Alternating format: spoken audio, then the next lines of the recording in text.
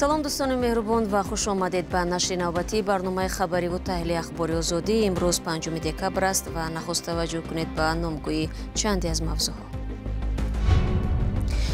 мавсим тамом шуд, нақша чӣ? чаро вазорати мудофиаи тоҷикистон иҷрои нақшаи даъват ба артишро тасдиқ ва ё рад намекунад? барои он ки ҷавонон дар артиш хидмат кунанд, албатта шароит муҳайё кардан лозим аст. аввалан таъмини хӯроки хуб. меҳтарсолорӣ ё дедафшинаро бояд нест кунанд.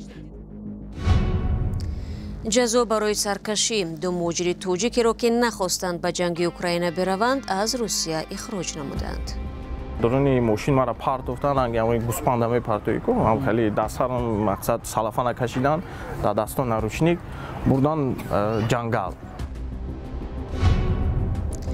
хушҳолӣ ва ҳам шикоят аз ҳосили зиёди зардолу дар вилояти Суғд. деҳқонон аз он нороҳатанд ки барои ҷамъоварии ҳосил заҳмати зиёд мекашанд, вале фоидаи камтар мегиранд. як ҷавони 18-соларо дар Душанбе барои шиканҷаи наврасе бо электрошокер дастгир карданд. навори азияти наврас рӯзи 2 декабри имсол дар шабакаҳои иҷтимоӣ гузошта шуд ва хашми бисёре аз корбаронро барангехт.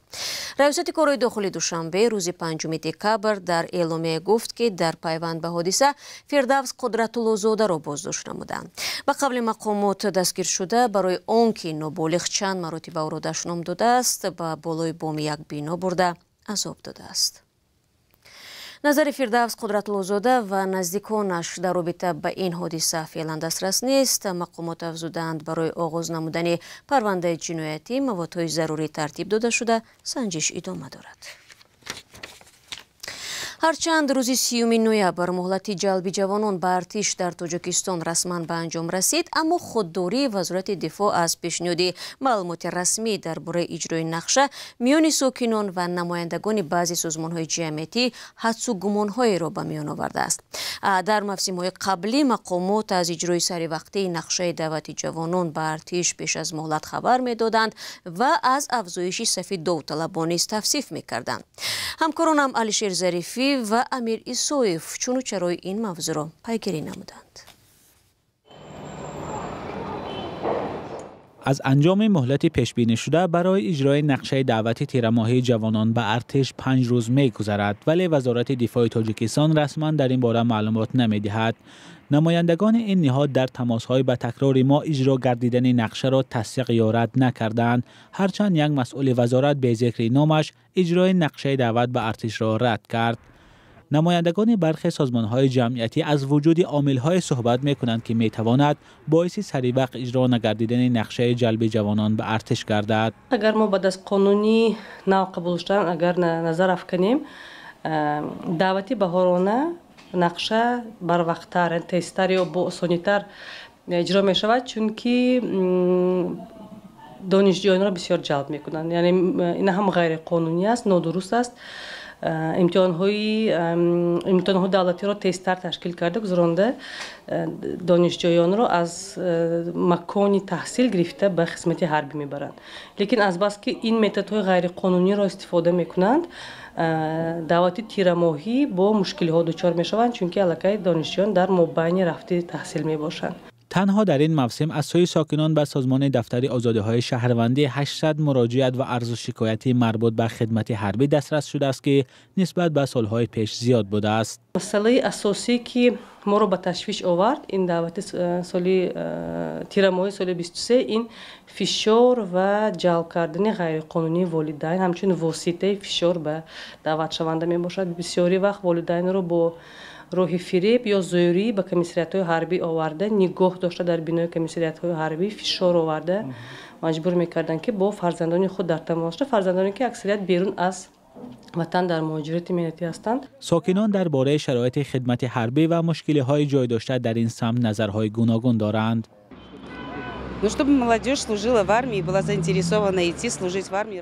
барои он ки ҷавонон дар артиш хидмат кунанд, албатта шароит муҳайё кардан лозим аст. аввалан таъмини хӯроки хуб. меҳтарсолорӣ ё дедафшинаро бояд нест кунанд, зеро модарон аз фиристодани фарзандони худ ба артиш метарсанд. меҳтарсолорӣ ки решакан шуд, волидайн бо камоли майл фарзандонро ба артиш гусел мекунанд. дар ҳар ҷо мақсад агитатсия баранд, мақсад фаҳмонанд ки همینجا یگون کمبودی نیست، همین خدمت 2 سال چی گپ نیست. 2 سال بسیار وقت میگن که همین لاتاکو بسیار میکنن، همین که ازدواجش میکنن، برای همون نمیروند. در تاجیکستان سال 2 بار بهار و تیر ماه معرکه دعوت جوانان به خدمت حربی صورت میگیرد که در هر دعوت مسئله شیوه جلب جوانان به ارتش به یکی از موضوعهای داغ رسانه‌ها تبدیل می‌یابد. در هر موسم دعوت خانواده‌های جوانان به رسانه‌ها از شیوه جلب فرزندانشان به ارتش صحبت می‌کنند. ملا رجب یوسفی گزارش میداد. از سفربری به ارتش تاجیکستان برایتان گفتیم. در همین حال 2 مهاجر تاجیک میگویند بعد اون که طلب مقامات روسیه برای رفتن به جنگ در اوکراین را رد کردند، به بلای عظیم گرفتار شدند. یکی را زده و کوفته برای 5 سال اخراج کردند، به دیگری با وجود قانونی بودن سندهایش شهروندی ندادند. تفصیلات از علیشیر ظریفی. برای چی میرم؟ با انور در بازداشتگاه موقتی سخروا پیشنهاد رفتن به جنگ ضد اوکراین را دادند. آمدیم در عدلیار محکمه کان ابدار روزگاه در اونجا در آمدن برابر گوییم زمان گفتم نمیرم، ما گفتم نمیرم، ما یا مادر تنها دارم که جا میرم را پشت ابدان روز بعد گرفتن کلوب روی ما کردن، تمام 5 سالی دپورت ما کردن، گفتم 5 سالی پشت پاسپورتمون زدن روی ما کردن. مهاجر دیگر منصور حجیف 30 ساله میگوید با مقصد فرستادن او به جنگ اوکراین اداره مهاجرت ناحیه سوردلوفسکی شهر پرم حجت‌هایش را رد کرد. 12 سентябр اول ما رفتم دокументам подавать кардам ба гирифтани гражданства. Соответственно, дар аввал онҳо документи мара нахостанд қабул кунанд. Гуфтанд ки шумо бояд контракт подписат кунед барои ҷанг рафтан. ما گفتم که ما کنترکت подписать نمیکنم. اگر نگفتن ما دکومنت شما را قبول نمیکنیم به گراجنانستان. ما گفتم که با اسنوانی چیو شما دکومنتی ما را قبول نمیکنیم. соответственно او گفتن که پریکاز اومدگی. منصور حجیف میگوید پس از سرکشیش از امضای قرارداد حربی او را به استعمال مواد مخدر ایبدار کردند. کارمندانی امی فرمای военный داشتن درونی ماشین مرا پارتوفتن انگی گوسپندمی پارتوی کو هم خیلی دستارم مقصد سلافان کشیدن در دستان نروشنیک بردن جنگل در جنگل مرا زدن کروچی با الکتروشوکر زدن با پا زدن با دست زدن مقصد ما گفتم برای چی خیل میکنی شما گفتن که یگان سوال نته هم چیزی که ما میگویم کروچی تو باید همون کارا کنی. منصور در نهایت تحت شکنجه شدید استعمال مواد مخدر را به گردن گرفته ولی تلاش‌های بعدی او برای اثبات بیگناهیش در دادگاه نتیجه نداد. موقع دادگاه و مقامات پلیس سوردلوفسکی به این ادعای منصور و نظر مدیریت سخروا به گفته انور معلوم نیست. در تماس‌های به تکرار ما از این اداره‌ها پاسخ ندادند. تاکنون ده‌ها شهروند تاجیکستان به طور قراردادی وعده آزادی از زندان یا دریافت آسان شهروندی روسیه به میدان جنگ برده شدند. خبر مرگ ده‌ها نفر آنها رسانه‌ای شد، اما شماره دقیق در دست نیست. جانب تاجیکستان به جز آنکه از شهروندان خواسته است در جنگ‌های بیگانه شرکت نکنند، در مورد درگیری در اوکراین و یا اشتراک زادگان کشور در آن پیام و اطلاعی واضح نداده است. شما برنامه اخبار رادیو آزادی را تماشا دارید. امسال حاصل زیاد زردآلو در تاجیکستان تاجران را خوشحال ولی باغپروران را برعکس ناامید کرد. زردآلو 3 سال اخیر به سبب نامساعدی هوا کمچین شد و نرخ هم بلند رفته بود. اما حاصل زیاد این میوه در سال روان نرخ آن را به زمین زده است. ولایت سوق در شمال کشور یکی از بزرگترین صادرکننده زردآلوی خشک در جهان است. فرزان محمدی از بازار زردآلو فروشی نویب باجان غفورов گزارش می‌دهد. رسته‌های زردآلوی قاق فروشی در اکثر بازارهای تاجیکستان امسال گرم است. تاجران بر رغم طی 3 سال آخر گرانی نرخ آن امسال 10 چند زردآلو را خریداری می‌کنند. زیرا نرخ امسالش تا 10 برابر ارزان شده است. همین 2 سومون سر کرده تا همین تا 8 سومون 10 سومون 10 سومون زیادش نیست. ایو کم ده به اصلش. سالهای گذشته چقدر بوده ببینم؟ از سالهای گذشته قیمت بود. مثلا چند بود؟ 10 سوم سر کرده بالا بود. در منطقه شمال کشور امسال 157186 تانه زردآلو استحصال شده است که نظر به سال گذشته قریب 3 برابر زیاد است. کشاورزان در ولایت سوخت 3 سال باز حاصل خوب زردآلو نمی گرفتند. چون در اوج شکفتن مخچه ها را سرما میزد. از جمله سال گذشته در وقت گل کردن درختان ناگهان برف بارید. امسال هوا گرم آمد و امید داشتند که با حاصل خوب زیان چند ساله را جبران میکنند. اما از یک طرف حاصل زیاد نرخ را در داخل پایین آورد و از سوی دیگر بسته ماندن مرز تاجیکستان و قرقیزستان بازار را سست کرده است.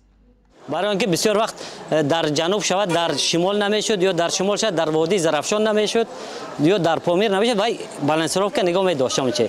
اصلا که حاضر در تمام تایسا محصولات شد نرخ پایین برفت. دهقانان میگویند برای جمع‌آوری حاصل زحمت زیاد میکشند و خرج بیشتر میکنند ولی فایده کمتر گرفتند. مولوده غنی و با اهل خانواده‌اش دهقانی میکند و همه ساله از فایده زردآلو و دیگر نوع میوگی ها روزگارش را تامین میسازد.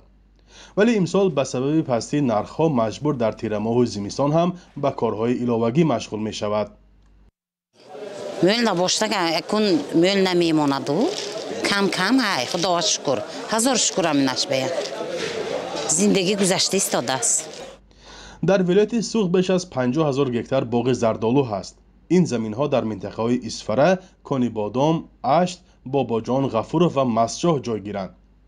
موافق معلومات پژوهشگاه باغ و تاکپروری در تاجیکستان زیاده از 100 نوع زردآلو پرورش کرده می شود.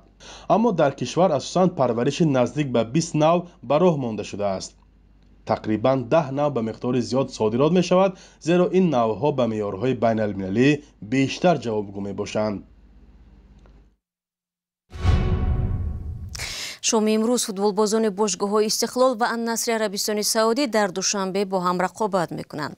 فوتبالبازان استقلال با مخلصانشان وعده دادند که پیروزی را به دست میارند. این رقابت را هواداران فوتبال در تاجیکستان زیاد انتظار بودند زیرا امید داشتند ستاره فوتبال معاصر رونالدو را از نزدیک ببینند.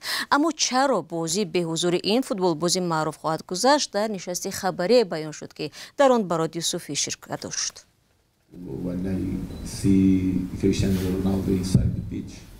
لوئیش کاشترو سرمربی النصر متخصص 62 ساله پرتغالی در نشست خبری قبل از رقابت در بازی دور آخرین گروهی میان قهرمان‌های فوتبال تاجیکستان و عربستان سعودی سبب به تاجیکستان ناآمدن کریستیانو رونالدو فوتبالباز مشهور این تیم را چنین شرح داد.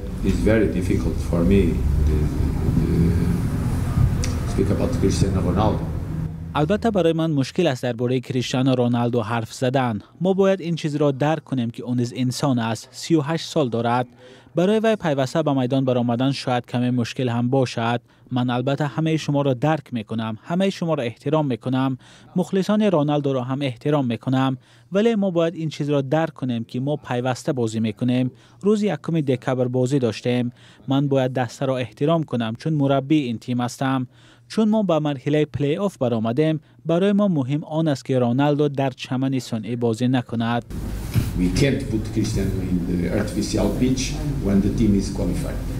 از استقلال هم یک نفر مهم در این نشست خبری شرکت نکرد. این سرمربی دسته ایگور چیلچنکو بود که گفته شد بیمار است. یاور او یوری باتورنکو به خبرنگاران گفت که هم خودش و هم تمام دسته از ناآمدن رونالدو به دوشنبه خیلی افسوس میخورند. من رونالدو را بسیار انتظار بودم. همه بازیگران تیم ما او را انتظار بودند. به هر صورت احترام و مسئولیت بزرگ است بازی کردن با فوتبالباز در چنین سطح که شاید در 50 سال یک بار تولد می شود. خیر نآمد. در تیم النصر بازیگران از تیم‌های منتخب به مثل برزیل، فرانسه و اسپانیا هستند. شاید از یک طرف خوب شد که نآمد، از سوی دیگر اگر می آمد برای مخلصان خوب بود. برای تماشای بازی استقلال و النصر که باید کریستیانو رونالدو در آن شرکت میکرد، مخلصان از روسیه، قزاقستان و ازبکستان نیز آمدند. پس از خبر نآمدن او معلوم نیست که آنها به ورزشگاه خواهند آمد یا نه. 15 دقیقه که در اختیار داشتیم به پایان رسید. تشکر که با ما بودید. خود را احتیاط کنید و خدا نگهدار هر یک شما.